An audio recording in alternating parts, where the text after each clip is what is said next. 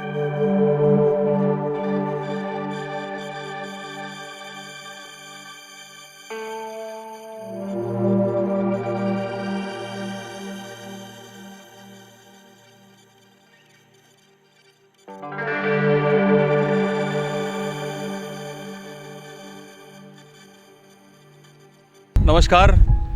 हिंदुस्तान की सबसे बड़ी और पावन नदियों में से एक नदी पावन गोदावरी के तट पर मैं आज हूँ और इस पावन तट से आप सभी को मैं नमस्कार करता हूँ। आज बहुत ही पावन ऐसा दिन है। गोदावरी के दर्शन के साथ साथ मैं अपने आप को धन्य भी आज यहाँ पर समझ रहा हूँ। और गोदावरी नदी के दर्शन के साथ साथ मैंने आज चांगदेव महाराज जी की जो संजीवन समाधि है, इस संजीवन समाधि का भी मैंने आज यहाँ पर दर्शन किया है। गोदावरी नदी का जो वर्णन है, ये रामायण से गोदावरी नदी का वर्णन शुरू हुआ है। कुछ 700 साल पहले संत चांगदेव जी महाराज, इन्होंने इसी तट को यहाँ पर अपनी साधना करने के लिए उन्होंने चुना और साधना के बाद यहीं पर उन्होंने अपनी समाधि भी यहाँ पर ली।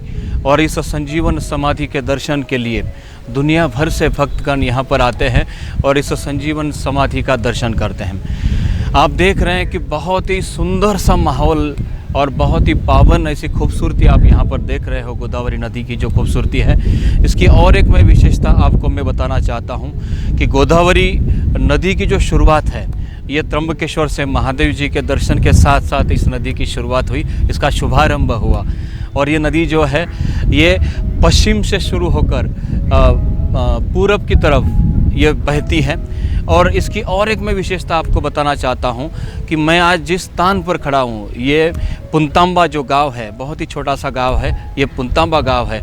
इस गांव में ये नदी अपना बहाव चेंज कर देती है, बदल देती है। यहाँ पर एक बहुत ही ऐसी विशेषता है, जो विशेषता जितनी भी नदियाँ हमारे देश की है, उन सारी नदियों में से ये एकमात्र ऐसी नदी है कि जो पुनतांबा इस गांव में आकर इस नदी का जो बहाव है, ये दक्षिण से लेकर उत्तर दिशा की तरफ बहती है। ये कुछ अंतर तक ये बहाव नदी का होता है, गोदावरी नदी का ये बहाव होता है, जिसे देखने के लिए भी दुनिया भर से लोग इस गोदावरी नदी में आते हैं, यहाँ पर दर्शन करने के लिए आते हैं।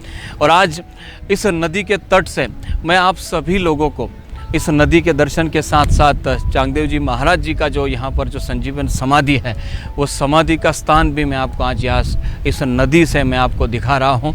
और उसके साथ साथ और एक विनती भी मैं आपको करना चाहता हूँ कि जो विनती करना मेरा स्वभाव है, और वो विनती मैं ज़रूर आपसे आज यहाँ पर करना चाहता हूँ कि आप देख रहे हैं कि इतनी खूबसूरत सी जगह है, इतनी पावन जगह है गोदावरी नदी की, और साफ़ सुथरा पानी होते हुए भी थोड़ा सा कचरा इस नदी के आप यहाँ पर देख सकते हो कि पानी में लोगों ने कुछ कचरा डाला हुआ है। ये नदी हमारी, देश हमारा, साधु संत हमारे, भगवान भी हमारे, और दर्शन करने आते हैं विदेशी लोग। और विदेशी लोग जब हमारी देश की संस्कृति का दर्शन करने आते हैं, साथ साथ वो स्वच्छता भी करते हैं।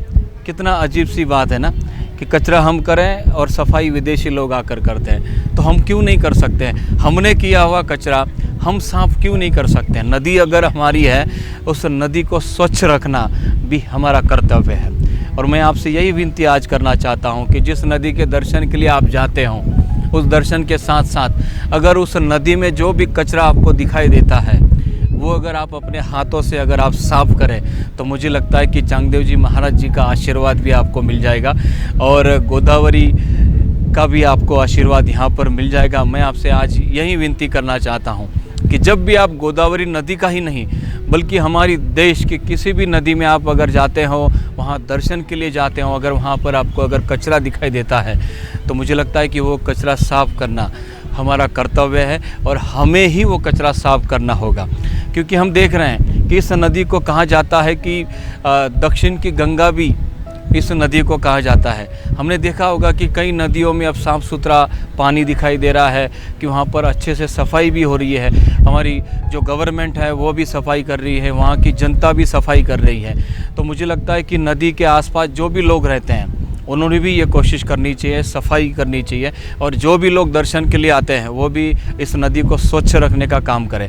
आप देख रहे हो कि नदी में लोग जब दर्शन करने आते हैं, किसी विधि को करने आते हैं, कोई धार्मिक विधि करने आते हैं, तो अपने साथ लाया हुआ जो सामान है वो नदी में फेंक कर चले जाते हैं। महाराज कोई महाराज कहते हैं कि इस विधि को करने के बाद आपके जो वस्त्र हैं वो आपको पानी में ही समर्पित करने पड़ते हैं। तो मुझे आपसे ये कहना है कि ज़रूर आप पानी में डालें, लेकिन पानी में उसको डुबोकर आप उस वस्त्रों को अगर उठाकर नदी के अगर किसी किनारे अगर आप इकट्ठा कर देंगे तो उसे किसी को उठाना आसान होगा और पूरी नदी ख़राब नहीं होगी, नदी में चारों तरफ कचरा नहीं होगा। मैं आपसे यही आज विनती करना चाहूँगा कि आप जब भी किसी धार्मिक विधि के लिए किसी नदी में अगर आप जाते हों, वहाँ पूजा पाठ ज़रूर करें, लेकिन कचरा बिल्कुल भी ना करें। अगर आपको कचरा दिखाई भी देता है तो उस कचरे को आप इकट्ठा करें, आपके साथियों को आप उसमें जोड़ें और सारे लोगों के साथ नदी को स्वच्छ करने का आप काम करें। और मुझे आशा है कि आज का ये वीडियो आपको देखकर अच्छा लगा होगा।